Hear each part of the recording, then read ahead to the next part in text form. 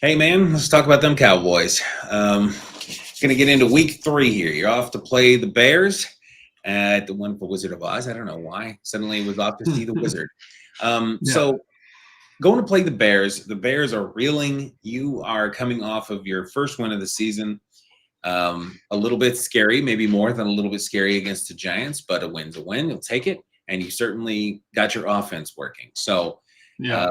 getting into week 2 against the Bears, let's do kind of 4 items, maybe first down through fourth down kind of a thing. So if Sweet. we're going to do that, then first down, what I want you to give me is what do the Cowboys have to do to win this game? What's the thing they need to count on, key component kind of thing? I think they need to keep their offense in gear, right? So I think coming out of the last game, as you pointed out, first game we put up some points against the Eagles. Second game we definitely put up some points against the Giants. I don't think that was the surprise. But I think we need to keep in gear there. And right now we are getting production on both sides of the, running the ball as well as passing the ball.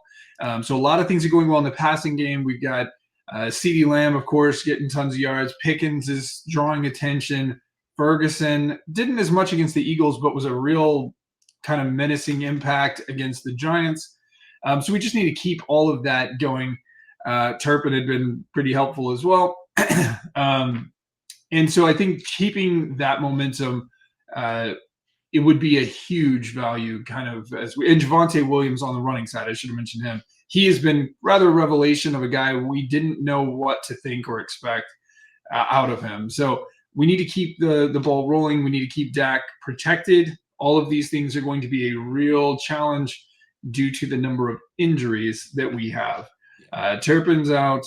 We still have Deron Bland out on defense. The bigger question is going to be our center is out, Cooper Beebe.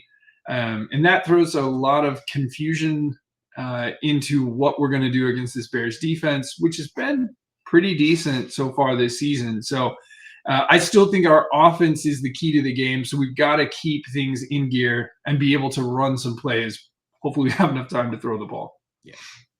Do you see it that way, or what do you think is the real key to this one? Pretty much. We'll see about the how big the drop off is from Cooper Beebe down to your backup there. The Bears can be run on, or at least the first 2 weeks they've been able to have a run game on them. It's not been gross, but you can certainly run on them with a couple of teams that are pretty good at running the ball, who they've played thus far. But I do think that y'all can still have some success there. So I think that if you can do that, you don't want Dak throwing the ball 50 times. So this would be a good week to not do that. So, okay. Second down. What do they need to avoid? What's a specific worry or problem area or just the Bears' path to success, if you will, when I look at it from another perspective? What's going to cause Dallas to trip up in this game? Well, it's interesting looking at the first 2 games. In the Eagles game, we held both Saquon in check and A.J. Brown and Devonta Smith. Like, that was a pretty impressive thing. We just couldn't also hold Jalen Hurts from running into the end zone every other trip down. So the next week we go up against the Giants. We held their running game in check. We held some of their mid game in check. We could not stop the long pass. It's like every team is able to find one spot, and we're not really adjusting to meet whatever that area is. So the Bears are very versatile on offense. Swift on the running game. Caleb is pretty dynamic in his own right. They've got phenomenal wide receiver talent. So can they find that one area to exploit and just exploit it all day? That's my concern. And I think that's what if I were them, the way I would look at this game is I'm going to try to hit them over the top, because that's where we were really vulnerable against the Giants. Wan'Dale Robinson, I don't even think he's really necessarily known as the long distance guy, and we couldn't keep up with him either. So especially with Deron Bland out, I would try it and see if you can exploit that and then adjust from there. That's what I expect them to try. It's certainly what I would try. So yeah, I think that's going to be it, is trying not to let them get over the top.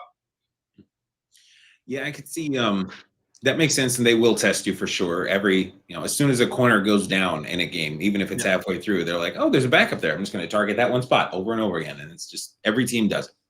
So it totally makes sense. I think with the aforementioned loss of your center, they are probably going to target first and second down to try to put you in third and longer. So they are not going to want you to be running on 3rd and 1 or 3rd and 2. They're going to want to have, kept the run game from working the first couple of downs. I think that would be one thing you might trip up on, is forcing Dak into predictable 3rd and long situations the whole game. Mm-hmm. He can pull those off, but you do too many of them and things eventually go wrong. It just kind of tends to work out that way. So that's what I would avoid, I believe. And then, I agree with you completely. They are going to go after your corners. So getting the right safety help, just scheming it up correctly. The Bears have different kind of receiving threats than the Giants do. And I don't know that there's anyone who can have that kind of a day like what Russ just had every once in a while. There's only a couple of guys in the league that can have, that day. So I'm less concerned there, to be completely honest. But even in just the mid game, going after your corners, they're probably going to find some success. So, all right, 3rd down. What we want to focus on with 3rd down is a player or position group to focus on. Either you think this player is going to break out, or we're finally going to notice someone who's just going to step up and rise to their own potential. So give me your 3rd down player to watch or position to watch. I'll probably take one on each side of the ball, I guess. The one on the offensive side is easily, I think this entire game hinges very heavily on Brock Hoffman. And I know a lot of people are like, wait, who is Brock Hoffman? It would appear currently that Brock Hoffman is going to be the starting center for the Cowboys, which makes him currently my favorite player on the Cowboys until he no longer is. I would love to rename him another Tyler by the end of this so that he can join the successful Cowboys, trio of names. But he is, I think, where everything's hinged is, can he play a serviceable center? I think a lot's being asked of him, and it's a challenging position. And I assume that Brock is a real competitor. He is the backup on the team. So I think he'll jump in and do a good job with that. But I think the entire offense right now really hinges on his success in that position. So I will be rooting very, very heavily for him. Yeah. On the other side of I'm sorry. Yeah. Does that make sense before I jump? Yes, yeah. On the other side of the ball, I think it still comes back to the group that I've enjoyed the most, which is Kenny Clark and Osa Odighizuwa, which is the defensive interior. They need to hold that as they have and provide additional pressure, which they have. So it's really them continuing to do the things that they've been good at. Because it's thrown a lot of chaos into the other games. I don't think this is where we've been failing. I think this is where we've been succeeding on defense.